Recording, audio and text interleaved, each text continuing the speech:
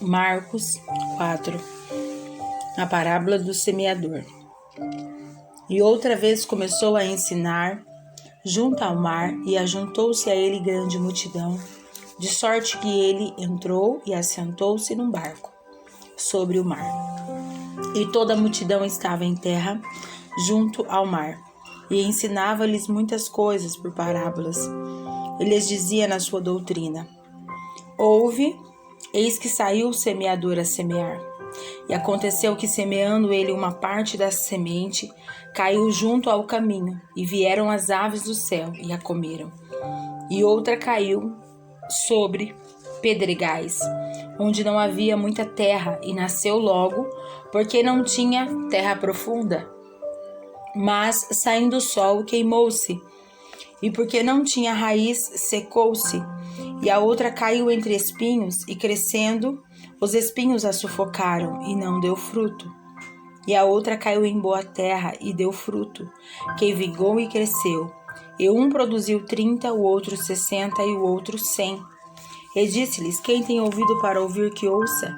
E quando se achou só, os que estavam junto dele com os 12, interrogaram-o acerca da parábola. E ele disse-lhes: A vós vos é dado saber os mistérios do reino de Deus, mas ao que estão de fora, todas essas coisas se dizem por parábolas, para que vendo vejam e não percebam, e ouvindo ouçam e não entendam, para que se não convertam e lhes seja perdoados os pecados. E disse-lhes: Não percebeis esta parábola? Como, pois, entendereis todas as parábolas? O que semeia, semeia a palavra. E os que estão junto ao caminho são aqueles em que a palavra é semeada, mas tendo eles ouvido, vem logo Satanás e tira a palavra que foi semeada no coração deles. E da mesma sorte, os que recebem a semente sobre o pedregais, que ouvindo a palavra, logo com prazer a recebem, mas não têm raiz em si mesmo. Antes são temporãos, depois sobrevindo tribulação ou perseguição por causa da palavra, logo se escandalizam. E aos outros são o que recebem a semente entre espinhos, os quais ouvem a palavra, mas os cuidados deste mundo e os enganos das riquezas e as ambições de outras coisas, entrando, sufocam a palavra e fica infrutífera. E os que recebem a semente em boa terra são os que ouvem a palavra e a recebem, e dão fruto, um a 30, outro a 60, e o outro a 100 por um. A parábola da candeia. E disse-lhes: Vem porventura a candeia para ser posta debaixo do cesto ou debaixo da cama? Não vem. Antes para se colocar no velador? Porque nada há encoberto que não haja de ser manifesto, e nada se faz para ficar oculto, mas para ser descoberto. Se alguém tem ouvidos para ouvir, que ouça. E disse-lhes: Atendei ao que ide a ouvir.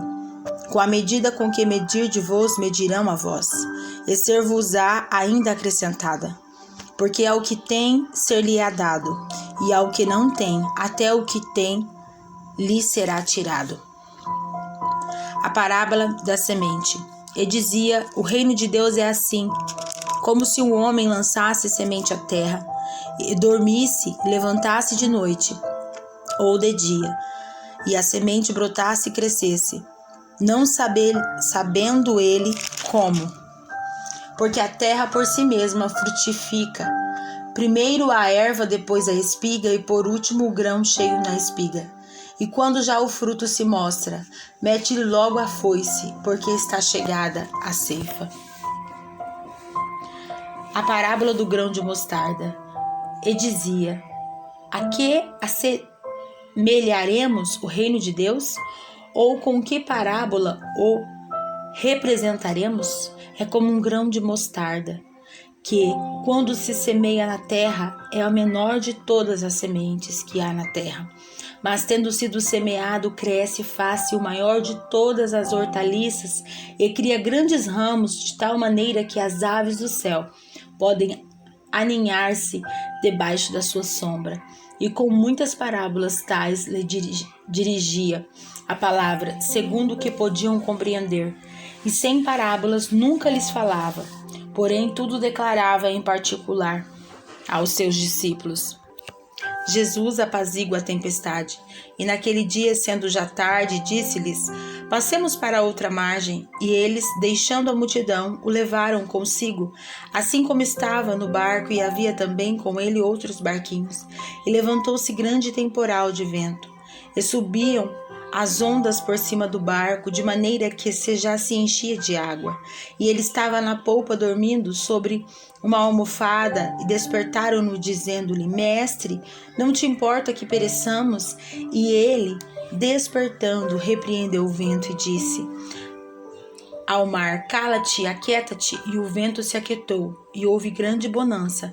E disse-lhes: por que sois tão tímido? Ainda não tendes fé? E sentiram um grande temor, e diziam uns aos outros: mas quem é este, que até o vento e o mar lhe obedecem?